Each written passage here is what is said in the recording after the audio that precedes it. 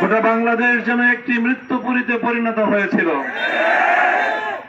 বাংলাদেশের স্বাধীনতা পূর্ব এবং পরবর্তী বিগত 100 বছরে এই ধরনের স্বৈর শাসকের জন্ম হয়নি। স্বৈরাচারী জালিম হাসিনার নির্দেশে সহস্রাধিক নির্দয়ভাবে বাংলাদেশের ছাত্র জনতাকে নির্মমভাবে হত্যা করা হয়েছে। এত রক্ত যুদ্ধ ছাড়া স্বাভাবিক পরিস্থিতিতে এই জনপদে গত 100 বছরে এত রক্ত ঝরেনি।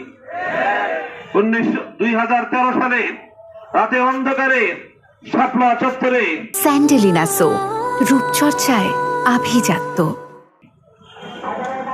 সেজদাবনত তাহাজ্জুদরত ঘুমন্ত হেফাজতে ইসলামের আলেম ওলামা ইসলাম প্রিয় জনতার উপর হামলা পরিচালনা